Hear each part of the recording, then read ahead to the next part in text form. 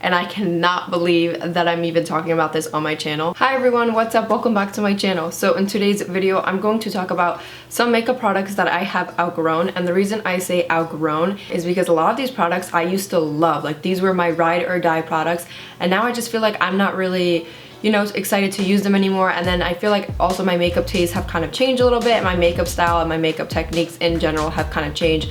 So that is why some of these products I just don't use anymore, and I've just outgrown them, and I just want to let you guys know why.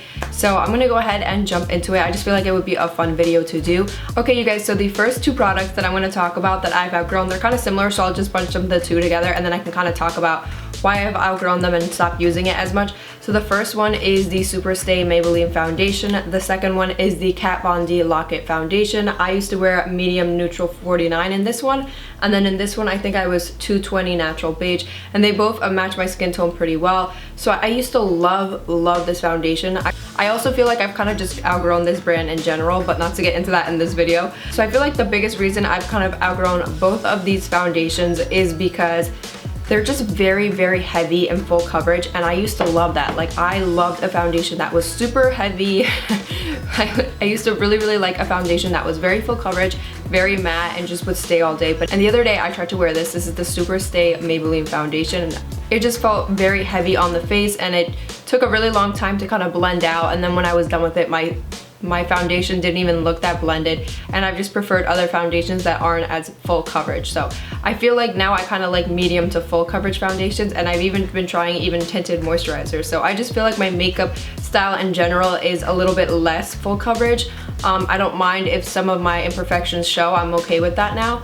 I also want to point out that wearing very full coverage foundation looks very good on camera, especially with my ring light and my two soft boxes. But then when I would go out like in daylight, I felt like this foundation kind of sat on top of the skin and just looked very heavy. So what looks good on camera does not always look good outside of camera. So overall, I still feel like these are pretty good to have, especially if you are a makeup artist and someone wants to cover up something, or you want to cover up something. I think these are great to have.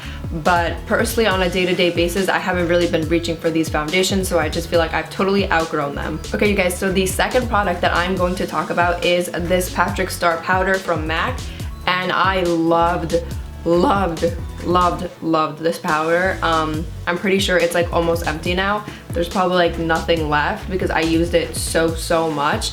So this powder is really good because it basically mattifies your whole face, and it makes your makeup last the entire day. So I wore this, I had to work a job, like a 2-week job in December, and I wore this every single day. I wore this, and from 9 a.m. and then 9 p.m. at night, my makeup was like still on and still perfect. However, I just wanted to point out one little thing. So I would apply this in the morning, and then I would notice, like in the bathrooms at work, I was like, I look like 5 years older than what I really am. And it was just kind of aging me, and I just felt like this product in general, it was just a little too matte. And I feel like if you're very oily, this would be fantastic for you. But the thing is that I'm not really oily, I'm more like combination, and in the winter I become very, like, more dry.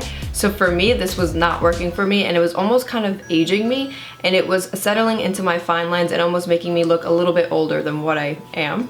So for that reason, that is why I have outgrown this product. But I did really like it. It made my makeup last all day, and it really does mattify your makeup.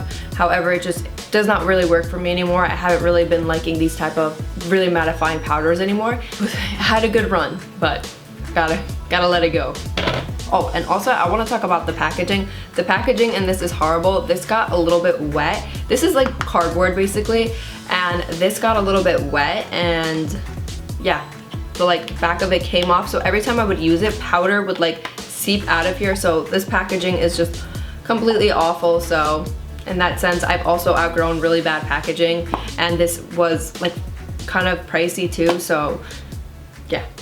Okay, you guys, so the next product that I'm going to talk about is the Jeffree Star Cosmetics Translucent Powder, and I've outgrown this product not because the product is bad. I still really like it. I've talked about it throughout my channel many times, and I've let you guys know that I really like it.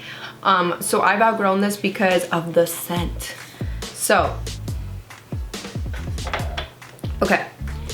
So it has a cotton candy scent to it, and when I first purchased this, I did a review on this, and a lot of you guys were asking me how the scent was. To be honest, it was really faint. Like honestly, it was just really light. So that's why I like, a lot of you guys asked me and I said like, oh, it's pretty light. Like I don't think you'll have a problem with it. But I don't know what happened. I don't know if this aged or something. I haven't even had it that long. It's been actually less than a year that I've had this product. And oh my God, that cotton candy smell is strong. And now when I put it on my face, I don't know what happened. It's just getting all over the place. And now when I put it on my skin, I can literally feel it on my skin. Like I can smell it. And then sometimes I feel like the scent is almost kind of irritating my face, especially I notice when my face is a little bit drier than usual, or it feels a little bit more irritated, and I'll wear this, I feel like my skin actually feels irritated from the cotton candy scent. I'm not even kidding.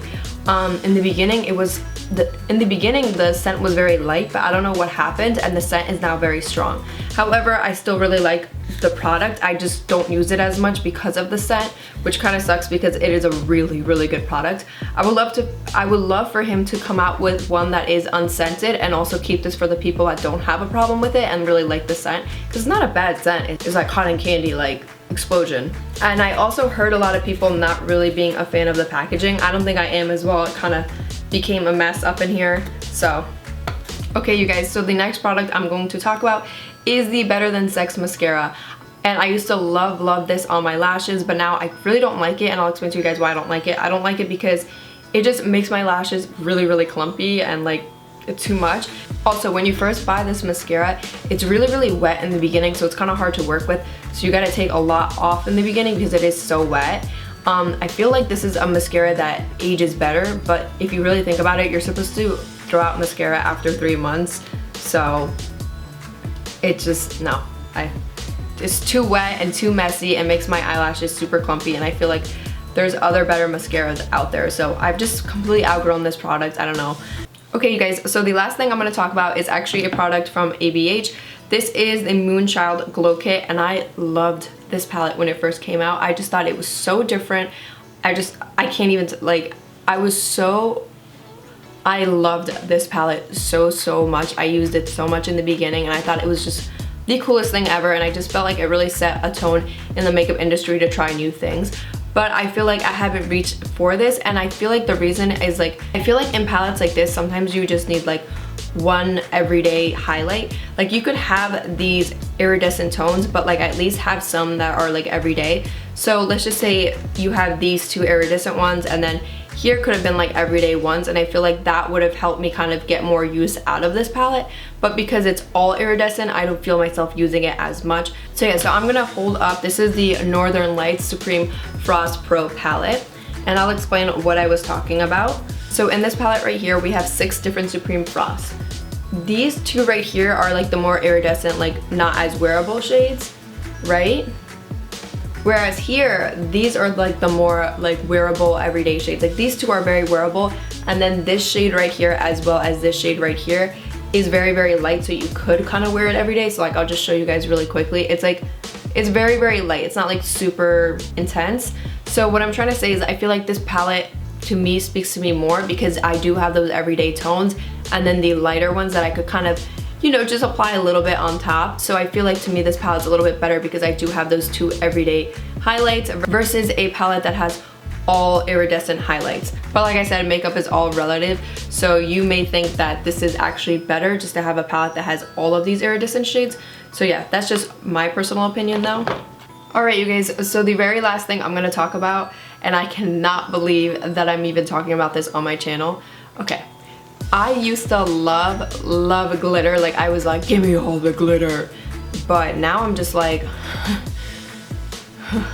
my eyes just can't take it anymore. And trying to take off your makeup and it's just getting all over the place and getting all over everywhere. It just gets everywhere. It never goes away. Glitter does not go away. I'm telling you. Okay. So before I get crazy. So basically I just don't like glitter anymore, and I don't like glitter anymore in eyeshadow palettes. I just feel like people in general, like there's just a lot of people that don't like glitter, so I'm so surprised that so many brands keep putting it in eyeshadow palettes even though people keep asking them not to. I'm talking to you, ColourPop. So yeah. if it does get into your eye will get like super irritated, and a lot of the glitters that are being sold to us by ColourPop and Tati Beauty are not eye safe, but we still continue to put these on our eyes, and I just feel like it's kind of like but what I'm trying to say is that I've kind of outgrown glitter, and I'm not going to be using it as much, and I'm not going to be purchasing it anymore. I'm just going to use up already what I have. Alright you guys, so that is pretty much it. I feel like I talked a lot in this video. Let me know if you guys like these type of videos, like these makeup commentary videos. I don't really do this often on my channel, but I kind of like doing it. Kind of like, it's like a really long rant about beauty and makeup and stuff like that. But I'm also kind of interested in doing a video in which I've kind of outgrown some makeup brands. I feel like that would be a cool video to do. So yeah, that is pretty much it. Let me know what you guys think in the comments below. I hope everyone has a really great week. Thank you guys so much for watching, and I will see everyone in my next video. Bye everyone.